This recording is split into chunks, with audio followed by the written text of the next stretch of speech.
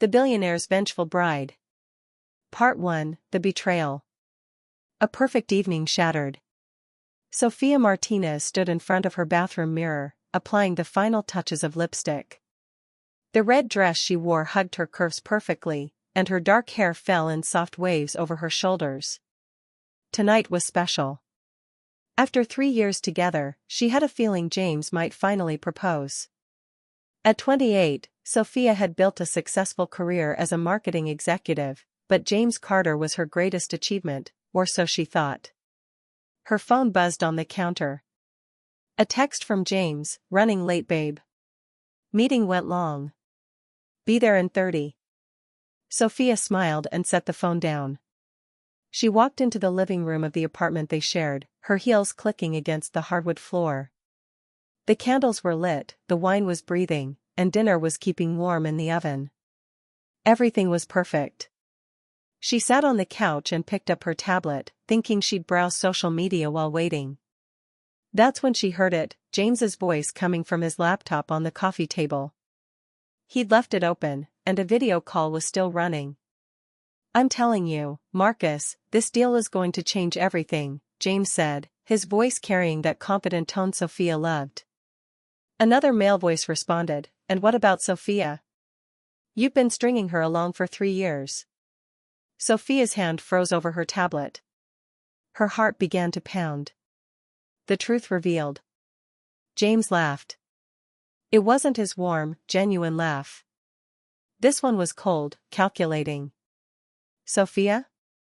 She's been useful, I'll give her that.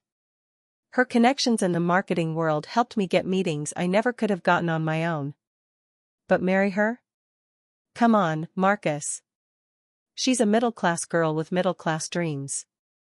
Sofia felt her blood turn to ice. She couldn't move, couldn't breathe. "So what's the plan?" Marcus asked. "Victoria Hamilton," James said, and Sofia could hear the smile in his voice. "Her father owns half the commercial real estate in Manhattan. One marriage to her, and I'll have access to capital that'll make my startup explode. I've been seeing her for 6 months now. She thinks I'm single, working late nights to build my empire. And Sofia doesn't know? Sofia knows what I want her to know. She's so trusting, so naive. She actually thinks we're building a future together. I've got maybe another month before I propose to Victoria. I'll break things off with Sofia gently, tell her I'm not ready for commitment or some garbage like that. She'll cry, she'll be heartbroken, but she'll move on. They always do." Marcus laughed. "You're a cold bastard, James. I'm a smart bastard. In this world, you use every advantage you can get. Sofia was an advantage. Victoria is the jackpot. The silent investigation." Sofia's hands trembled as she reached for the laptop and quietly closed it. She stood in the middle of her living room, the candles still flickering, the wine still waiting, and felt something inside her crack and then harden. She didn't cry. She didn't scream. Instead, she walked to the bedroom, changed out of her red dress into jeans and a sweater, and sat down at her desk. She opened her own laptop and began to search. Victoria Hamilton. There she was, a stunning blonde, 26 years old, heiress to the Hamilton real estate fortune. Sofia scrolled through Victoria's Instagram. And there, buried in the photos from 3 months ago, was a picture of Victoria at a restaurant. In the blurred background, Sofia could make out James's profile. She dug deeper. She accessed the joint investment account she and James had opened 2 years ago. They'd both contributed money. Sofia had put in $50,000 from her savings, James had supposedly matched it. The account was meant for their future, for a house, for a wedding. The balance showed $23,000. Sofia's jaw clenched. She checked the transaction history. Over the past year, James had been making withdrawals. Small amounts at first, $500 here, $1,000 there. Then larger ones. $5,000. $10,000. The descriptions were vague: business investment, opportunity fund, startup costs. He'd stolen from her. From them. From their future. A plan forms. Sophia heard the key turn in the lock. James walked in, his suit jacket slung over his shoulder, his tie loosened. He looked tired but smiled when he saw her. "Hey, beautiful. Sorry I'm late. You look different. Did you change?" Sophia stood and walked over to him, her face calm. "I wasn't feeling well. I thought we should reschedule." James's face showed concern. "Are you okay? Should I get you something?" "I'm fine. Just tired.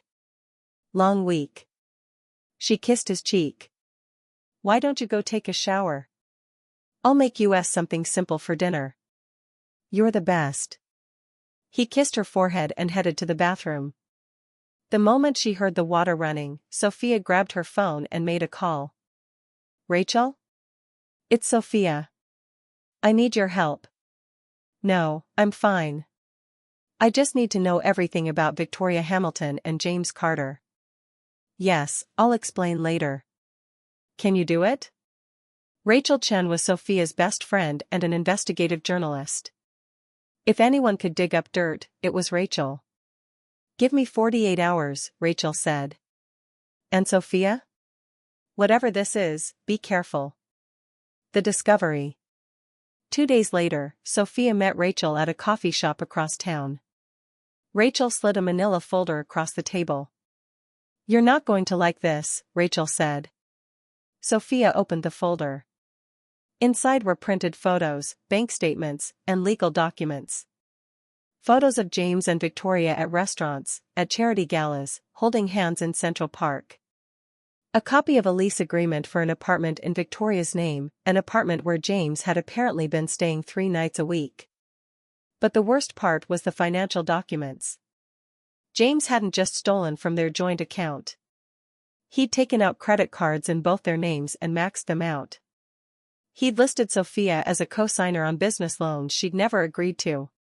If his startup failed, she'd be liable for hundreds of thousands of dollars in debt.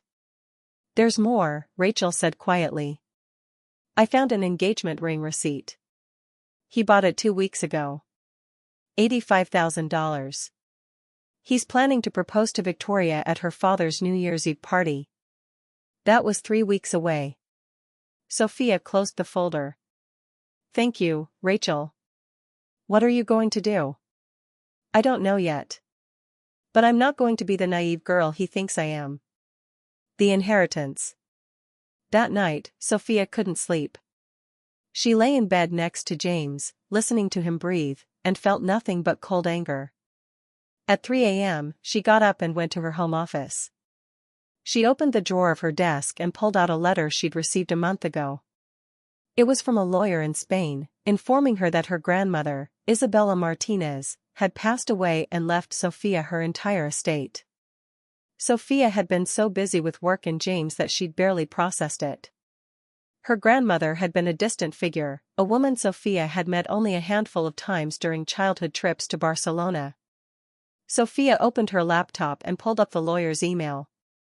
She read through the details again. Her grandmother had been a successful businesswoman, though the family never talked about it. The estate was valued at approximately $50 million, including properties in Spain, stocks, and cash assets. $50 million. Sophia had told no one about this. Not Rachel, not her parents, and certainly not James. A slow smile spread across her face. If James thought he could use her and discard her, he had another thing coming. She had resources now. She had power.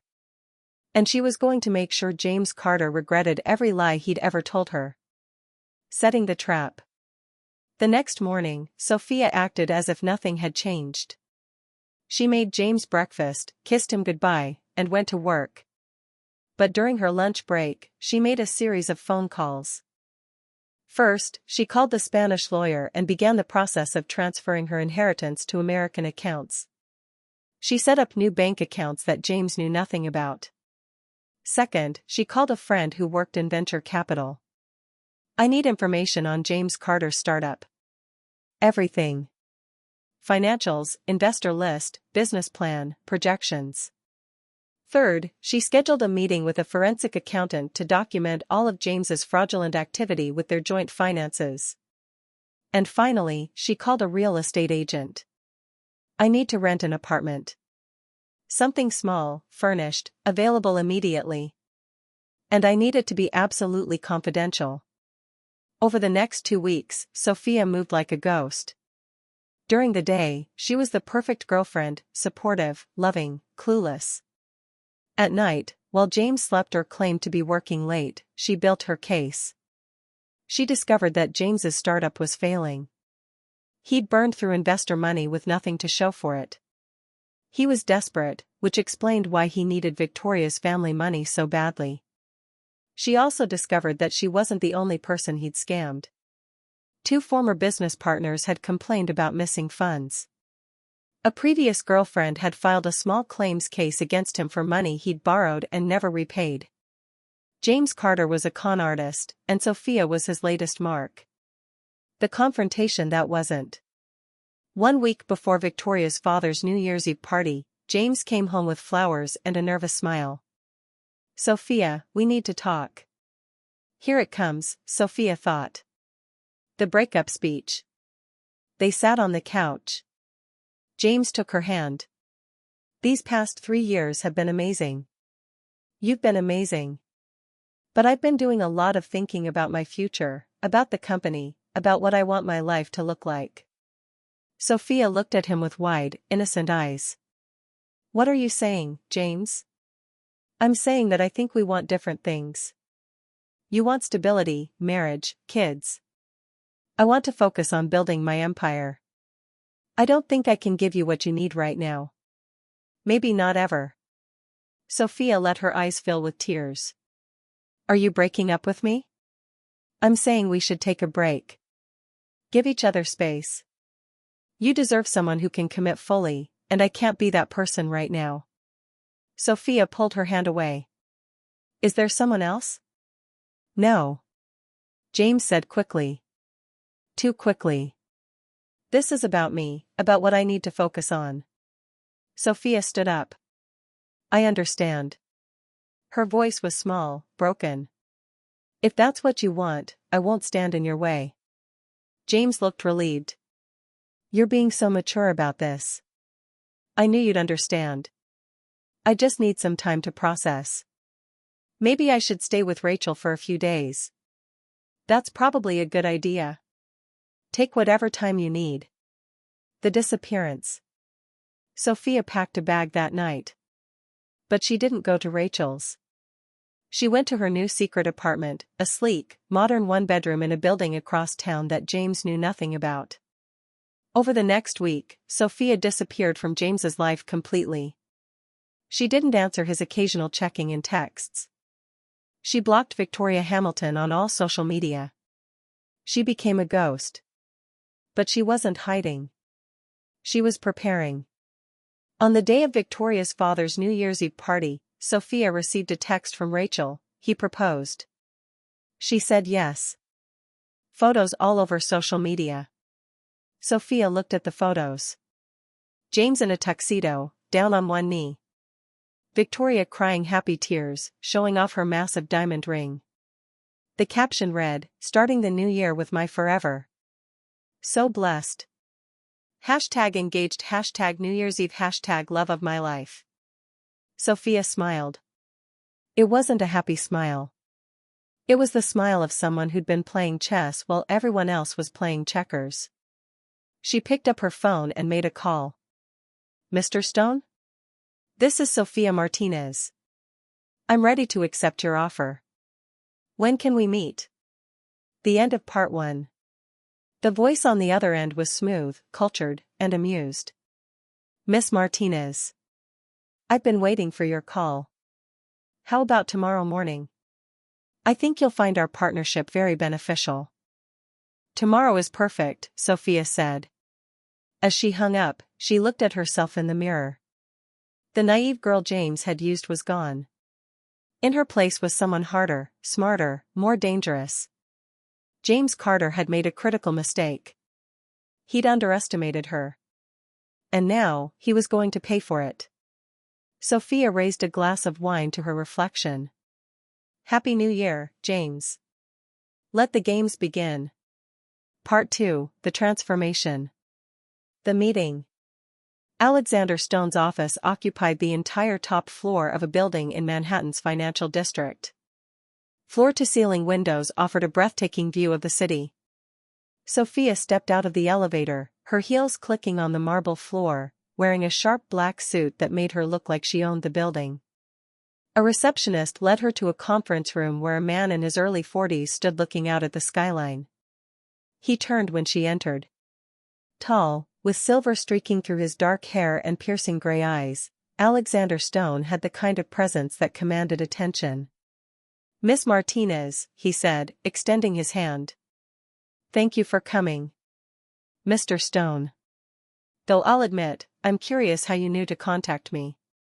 Alexander smiled. I make it my business to know things. When your grandmother passed, I was handling some international investments in Barcelona. Her lawyer mentioned her granddaughter in New York. I did some research. You're talented, ambitious, and according to my sources, recently single. Sophia's eyes narrowed. You've been investigating me. I've been presenting you with an opportunity. There's a difference. He gestured to a chair. Please, sit. Let me explain. The proposal. Alexander slid a folder across the table. Inside were detailed financial reports, business projections, and legal documents. I run a private equity firm, he said. We identify struggling companies with potential and acquire them. We restructure, rebuild, and either sell them for profit or absorb them into our portfolio. It's a lucrative business, but it requires something I don't have. What's that? A face. A story. Someone who can walk into a boardroom and make people believe in second chances and fresh starts. Someone who understands marketing, persuasion, and presentation. He leaned forward. Someone like you. Sophia studied the documents. Why me? There are hundreds of marketing executives in New York. Because you have something they don't. Motivation. Alexander's eyes locked on hers. You want revenge on James Carter. I can help you get it. In return, you help me build an empire. Sophia's heart raced, but her face remained calm. What do you know about James? Everything. I know he stole from you. I know he's engaged to Victoria Hamilton. I know his startup is hemorrhaging money and will collapse within 6 months. And I know that you have the resources and the intelligence to destroy him, you just need the platform. The partnership. Sophia closed the folder. What exactly are you proposing? A partnership. You come work for me as Vice President of Strategic Acquisitions. You get a generous salary, equity in my company, and access to resources most people only dream of. In return, you help me identify and acquire target companies. And James's company? Alexander smiled. Will be our first acquisition. We'll wait until he's desperate enough to sell for pennies on the dollar. Then you'll be his boss. You'll control his company, his reputation, and his future. Sophia felt a rush of power surge through her. I'm in. Excellent. There's one more thing. Alexander pulled out another document. This is a contract for a company called Martinez and Stone Enterprises. You'll be co-owner. 50-50. We build this together. Sophia looked at the paper, then at Alexander. Why are you doing this? What do you really want? Alexander's expression became serious. Revenge isn't just your story, Miss Martinez. James Carter destroyed someone I cared about 3 years ago. A young woman named Sarah. She was my goddaughter. James seduced her, convinced her to invest her trust fund in his startup, then disappeared when the money was gone. Sarah spiraled into depression. She didn't survive it. Sophia's breath caught. I'm sorry. So you see, This isn't just business for me either. It's personal. James Carter is a predator, and it's time someone stopped him. Alexander extended his hand. Are we partners? Sophia shook his hand firmly. We're partners. The transformation begins. Over the next 3 months, Sophia disappeared from her old life completely. She moved into a penthouse apartment that Alexander helped her lease. She hired a personal stylist who transformed her wardrobe from corporate safe to power player chic. She got a new phone number that James didn't have. She worked 16-hour days learning everything about private equity, acquisitions, and corporate restructuring. Alexander was a demanding teacher, but Sophia proved to be a quick study. You have instincts, he told her one evening as they reviewed acquisition targets. Most people see a struggling company and see failure. You see opportunity. I see patterns, Sophia replied. James taught me that.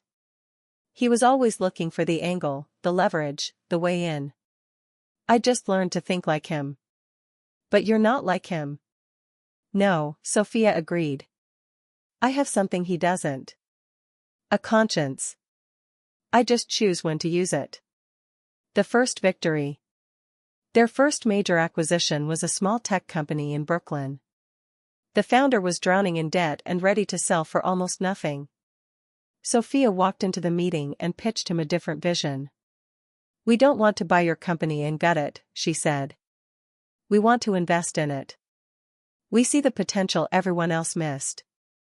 Give us majority control, let us restructure your debt, and we'll turn this around together. You stay on as CTO. You get to keep building what you love.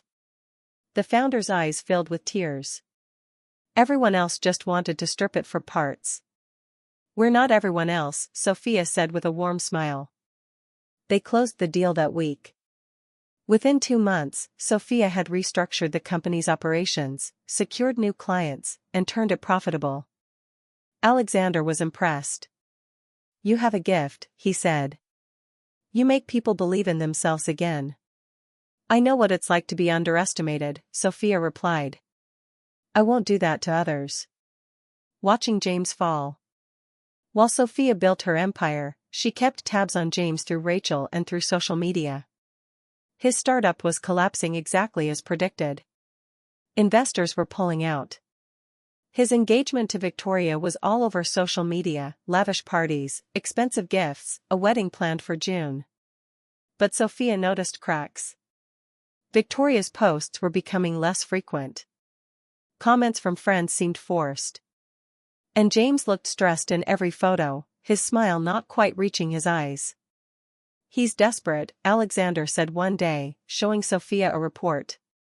He's been reaching out to every investor he knows, trying to secure emergency funding. Everyone's turning him down. Good, Sophia said coldly.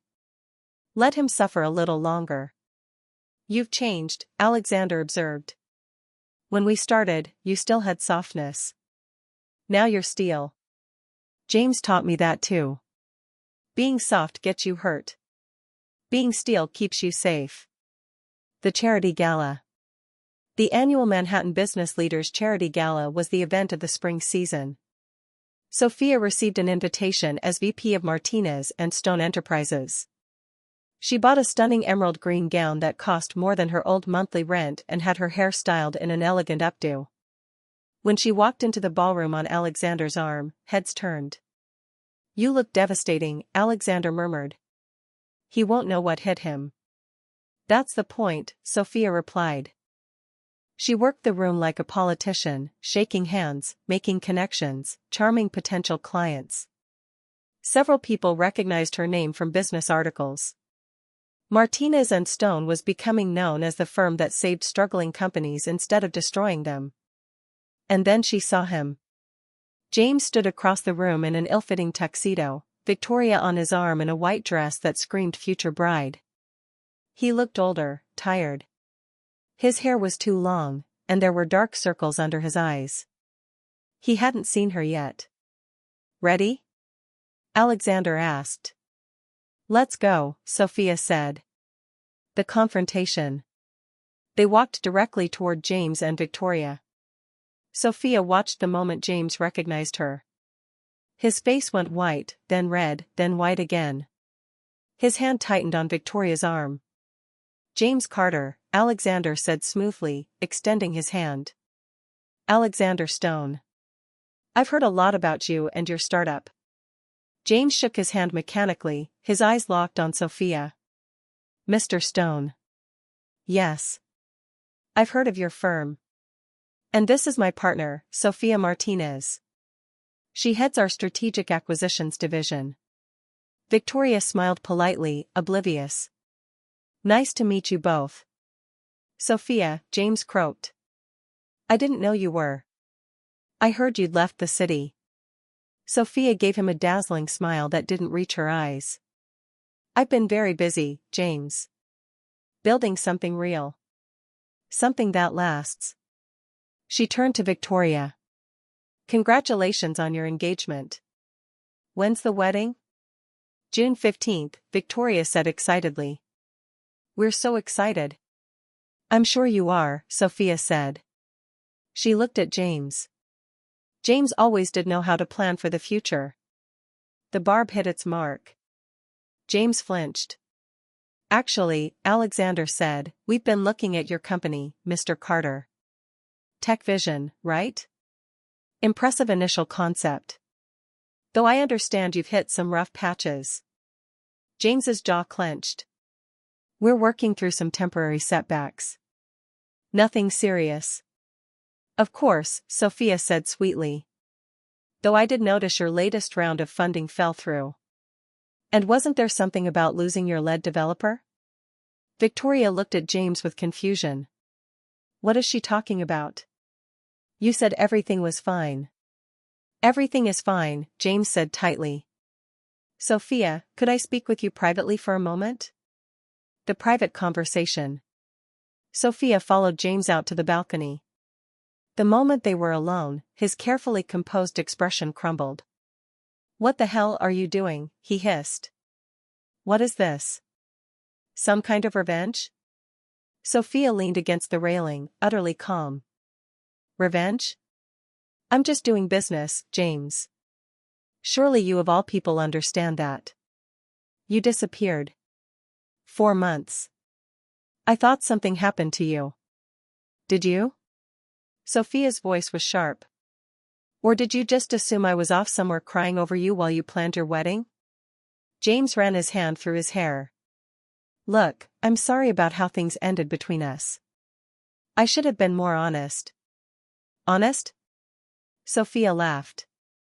"James, you were never honest a day in your life. You used me for my connections, stole from our joint account, and left me liable for loans I never agreed to. You're not sorry. You're just scared because I'm not the naive girl you thought I was." "What do you want?" James demanded. "Money? Is that what this is about?" "I can pay you back." "With what?" "Your company is hemorrhaging cash. Victoria's father won't give you a dime, I made sure of that." James's eyes widened. "What did you do?"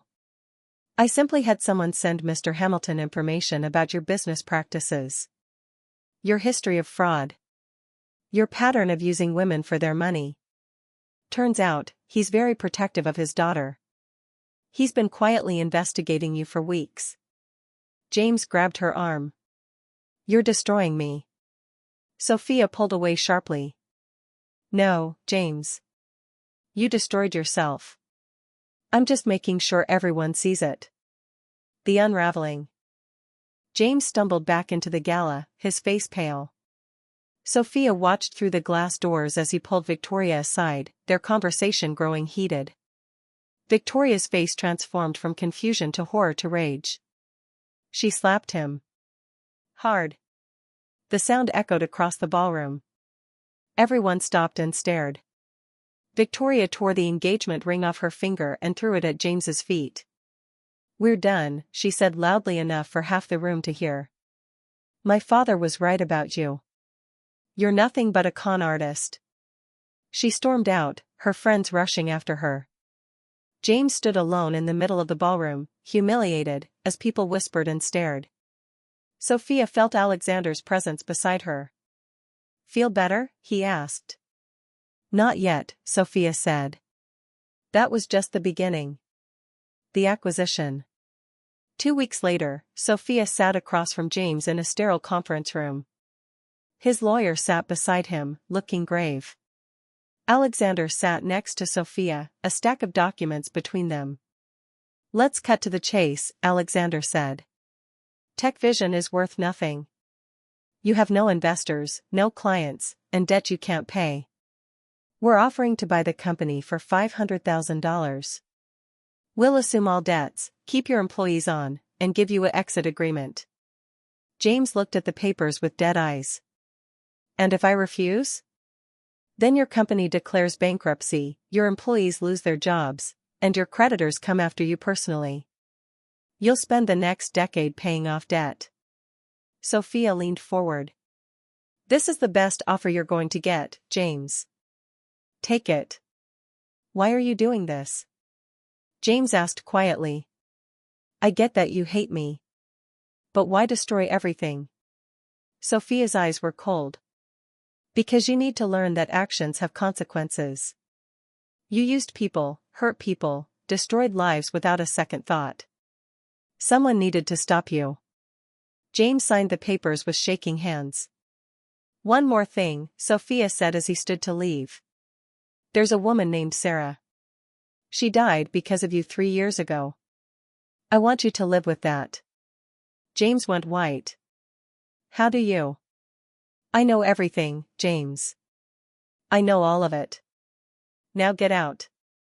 The end of part 2. After James left, Sophia sat alone in the conference room, staring at the signed documents. She'd won. She'd destroyed the man who'd tried to destroy her. So why did she feel so empty?